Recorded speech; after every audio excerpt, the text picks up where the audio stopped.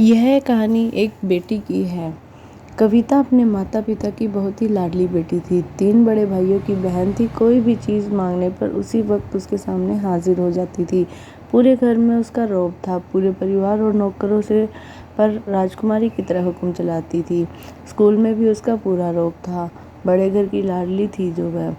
ऐसे ही उसने कॉलेज में दाखिला लिया। उसके ठाट बाट, बड़ी गाड़ी में आना जाना, हर दिन का नया फैशन देखकर हर कोई उससे दोस्ती करना चाहता था।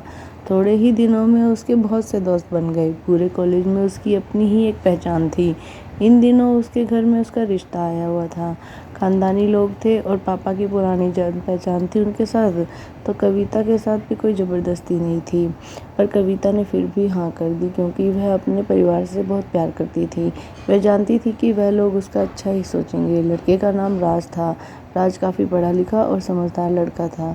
ससुराल वाले भी बहुत अच्छे थे। ससुराल में कविता की जगह वैसी ही थी जैसे उसके मायके में।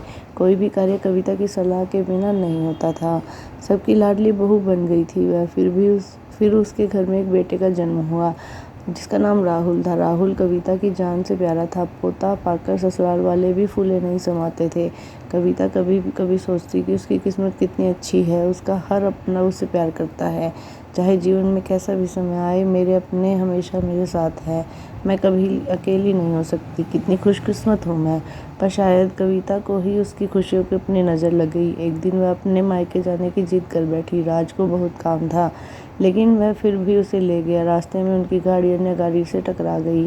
कविता, राज और राहुल पूरी तरह जख्मी हो गए। काफ़ी दिनों के इलाज के बाद राज और राहुल तो ठीक हो गए, लेकिन कविता पूरी तरह से ठीक नहीं हो पाई। सर पर चोट लगने के कारण उसके अपनी आंखों की रोशनी खो बैठी। अब कविता की किस्मत उसके उल्टे पाँव चलने लगी। मायके वाले कुछ दिनों तक तो उसका हालचाल पूछने लगे। धीरे धीरे ये सिलसिला कम हो गया। ससुराल वालों को सहानुभूति भी कम होने लगी। घर में किसी प्रकार का कोई पास बैठने के लिए कहती तो जवाब मिलता, बहुत काम है, अब तुम तो हाथ बटा नहीं सकती। राज भी चिड़चिड़ा हो गया।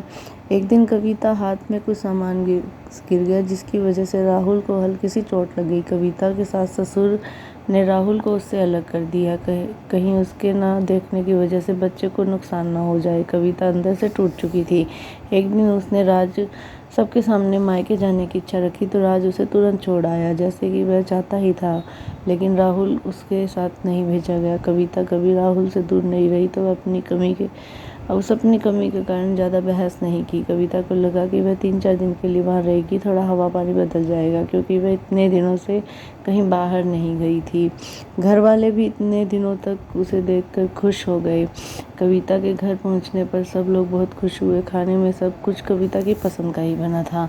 उसने अपने मम्मी पापा और भाई भाभीयों से दिल खोल कर बातें की। उनके छोटे छोटे बच्चे भी बुआ के साथ घुल मिल गए थे। रात को सोने के वक्त जब वह कपड़े बदलने लगी तो उसे पता चला कि उसका बैग तो बहुत भारी हो रहा है। तो वह समझ गई और वह बहुत उदास हो गई। कुछ दिनों तक सब ठीक रहा। फिर जब जैसे सब बदलने लगा, सबका व्यवहार बदल रहा था। वह लोग सब थक चुके थे उससे। सब लोग घुमा फिरा कर पूछने लगे कि राज कब आ रहा है उसे लेने। वह बहाना बना देती, जबकि वह जानती थी कि उस घर में अब उसके लिए कोई जगह नहीं। कविता से चलते वक्त कुछ न कुछ नुकसान हो जाता। थोड़ी बहुत टोका टोकी उसे सुनाई देती, टाल देती। एक दिन उसके हाथ से लगातार एक कीमती फूलदान छोटी भाभी ने हंगामा मचा दिया, तो उसकी माँ ने तंग आकर राज को खुद ही बुला लिया। राज कविता को अपने घर ले आया। कविता को अपने परिवार वालों से उम्मीद ना थी। जिस पर कविता के बिना कहे एक पत्ता भी नहीं हिलता था, उस घर में उसके लिए कोई जगह नहीं है। राज के साथ वह आते वक्त बहुत खुश थी, क्योंकि वह अपने घर जा रही थी, अपने दिल के टुकड़े से मिल रही थी। परंतु उसके खुशी का पल कुछ ही समय के लिए था। कविता को सीधे ऊपर वाले कमरे में राहुल से दूर सख्त चेतावनी के साथ रह दिया। एक काम वाली लता को उसकी जिम्मेदारी सौंपी गई, जो उसके खाने पहनने और जैसी ज़रूरतों का ध्यान रखती। कविता ज़्यादातर चुप ही रहती थी। कभी कभी काम वाली लता से थोड़ी बहुत बतिया लेती थी, जिसके जरिए राहुल का पता चल जाता था। सबकी लाडली बेटी और बहू सबके लिए लाडली से बोझ बन चुकी थी।